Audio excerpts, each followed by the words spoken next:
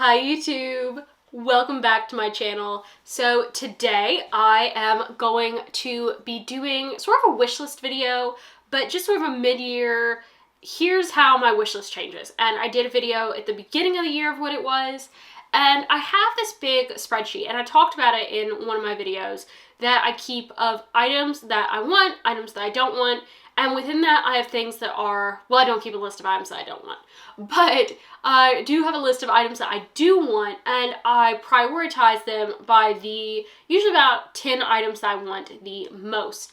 And while that hasn't changed significantly, a lot of those other items on my list that I keep so that I can sort of think, hey, like these are things that I like, these are things that I feel like add something to my luxury collection. But that changes because our tastes change, the things that we like change. Sometimes we see something that we like better. Sometimes we just get tired of something. And other times we're just like, I could spend my money a much better way. And so that is kind of what's going on with this list and with this list update. So I'm going to sort of do, here's something that's come off, here's something that's come on. Hawaii actually took a ton of things off my list. I went from having like 70 items on this like overall lifetime, here's things that I'd love to have in the next 70 years. There were like 70 things on there, and now there's like 40 something things on there. So I'm not going to cover everything, but I am going to hit some of the highlights and tell you guys why. So let's get into it.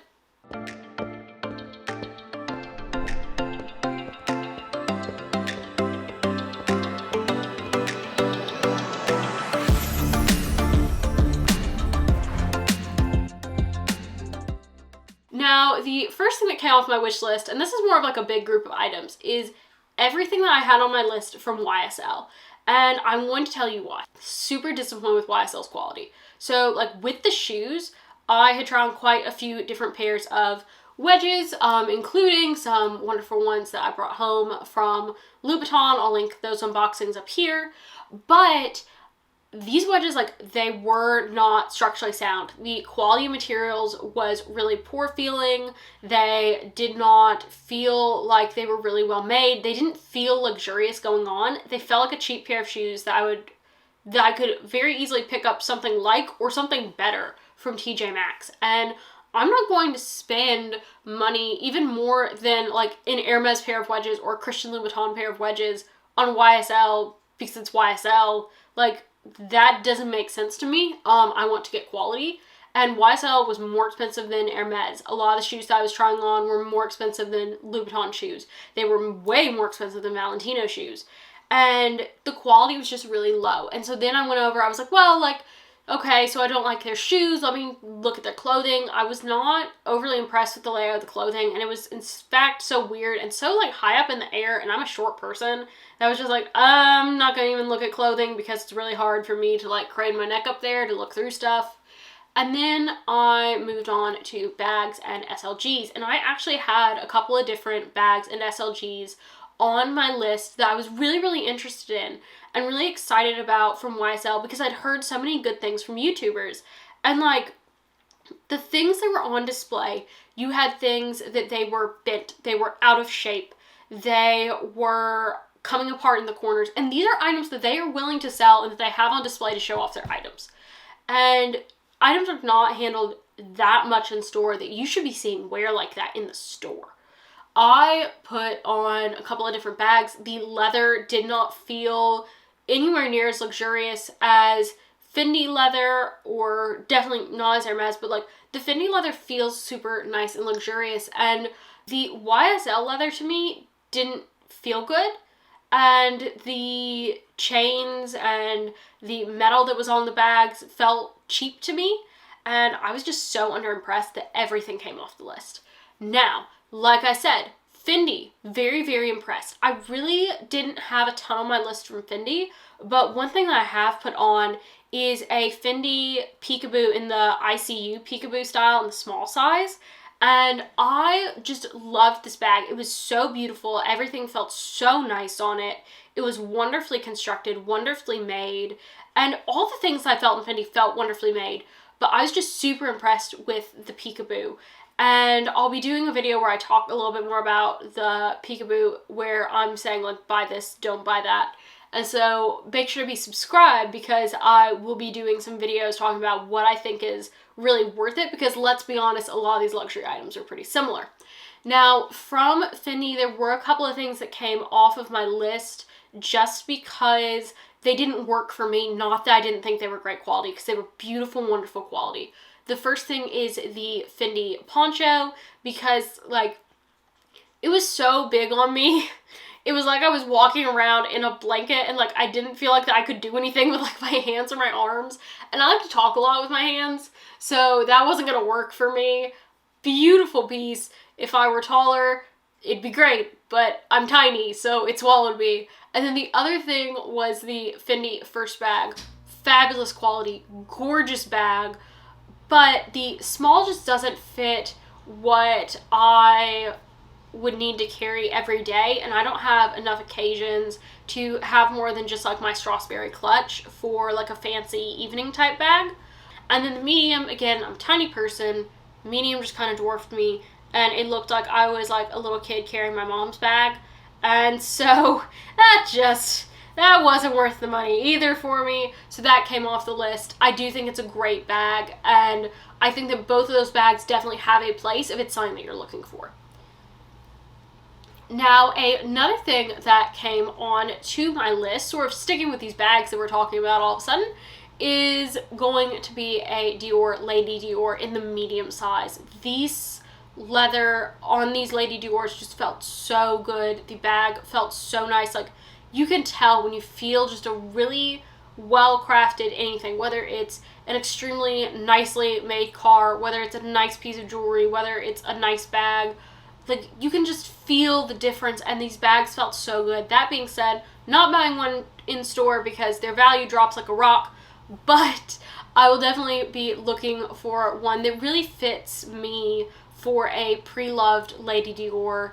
And I just think that these bags are absolutely gorgeous, and I absolutely fell in love with the Lady Dior. Now, something that came off my list where I was, again, very underwhelmed by the quality is the Van Cleef & Arpels, those vintage Alhambra gold guilloche necklace, but they didn't feel luxury to me.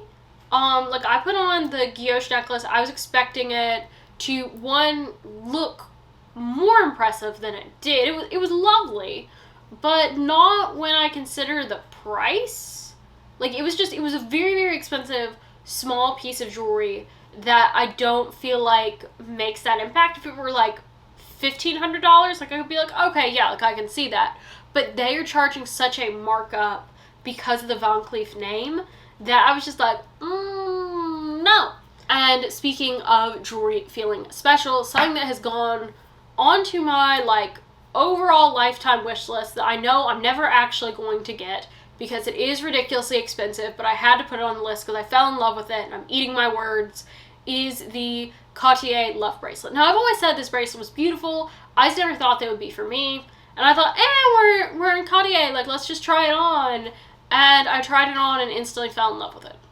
And my husband was like, how much is this? Because, like, maybe we should get this. And I was like, it's going to be over $7,000 with tax. He said, okay. He said, we're not getting this. And I said, you're right, we're not getting this because it's over $7,000 with tax. Is it worth the price? No. Is it something that I would love to have? Absolutely yes, because it was just stunning and gorgeous. And if anyone wants to give me a love bracelet, I am a size 16 in the regular love bracelet. Now, things that came off my list from Cartier were the love ring, because I thought, oh, like, the love ring, like, that's something that's more affordable, like, it still has the same sort of sentiment behind it. In the love ring, I just wasn't really impressed. But also the Trinity collection I had on my list, and I was really surprised by how small and tiny it was in real life. Very nice. Like, if you want to spend your money on that, I think that that's more worth it than the Van Cleef necklace, like, way and far away. But it was very lovely, but it was just smaller than what I was expecting. And so for that reason, I was just like, this isn't something that gets me really excited, which really surprised me. I've discovered that I'm not necessarily as good at picking out jewelry for myself as my husband and my father-in-law are. They are both fantastic at picking out jewelry for me.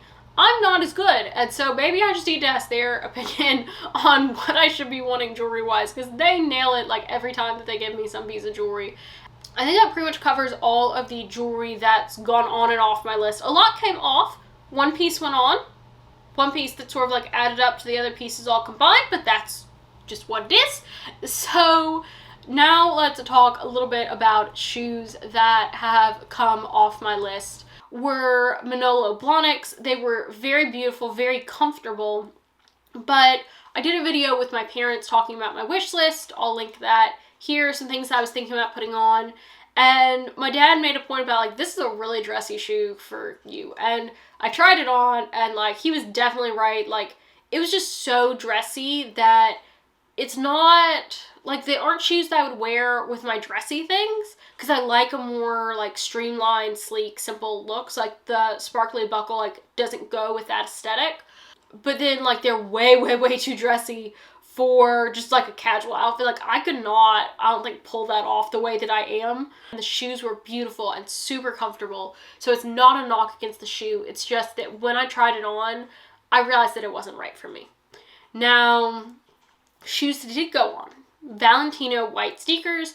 I did say in my unboxing that I'd gotten a pair of sneakers, and that I had ordered some more in because some more had gone on sale. Fortunately, there was a pair that came in that I loved so much more than any of the others, but it wasn't quite the right size. So all the sneakers went back. So I'm waiting for, and I'll put a picture of them here, this pair of Valentino Rock Stud sneakers to be on sale and be in my size, and then those will come into my collection. Now, the reason the Valentino white sneakers made it on, one was because I was very impressed with the Valentino quality, but two was because I realized that for white sneakers that will eventually get dirty, the Gucci Ace sneakers that I had on my list have come off because it's just an amount, and I did a video talking about luxury guilt, and at the end I talk about self-guilt, and it's a pair of sneakers that, like, whenever I thought about buying them, I was just like, there's so many other things that I could get that I feel like are more worth this money. There's so many other things that I could do with this money. Like, we could go and do some type of experience. We could go to a concert and I could get shoes. And so to me, I think that's sort of how I look at things and I decide if it's too much money is, are there other things that I like just as much that are less that will allow me to do other things? And that's sort of where these Gucci Ace sneakers fell and why they came off the list, is because while I like them, I like the Valentinos just as much, and the Valentinos are half the cost, and when they're on sale. So for me, that just made it a very easy decision to knock off the Gucci Ace sneakers. So I won't be adding a pair of Gucci Ace sneakers, which was on my initial wish list, I believe, but the Valentino sneakers have replaced them, and they will absolutely be coming at some point. And I think that that pretty much wraps up the stuff that came off and then the items that came on. I think it's important that, like, when we make these lists, and like, I love lists, like checklists and spreadsheets make me so happy, and I'm an accountant, and I think it's like, I should have known that I needed to be an accountant by my love of spreadsheets, but the reason I do mine on a Google Doc, or why I would do it in Excel, is because it's very easy to change things. It's very easy to move things around and to give things a higher priority, or to just easily take things off. If I were to write it on a regular list, like, there would be so many things that were scratched out, like, it would drive me insane. And so just keep that in mind as you're planning your own things. It's okay to decide that you want something different. It's okay to decide that you don't want something anymore. And just because it's on a list doesn't mean that you ever need to get it anyway. As like, I'm not going to get all the things that are on my list. It's like a dream out there wish list that for me is just fun. So I hope that you guys have had fun with me in this video and that you have a great rest of your day. Bye!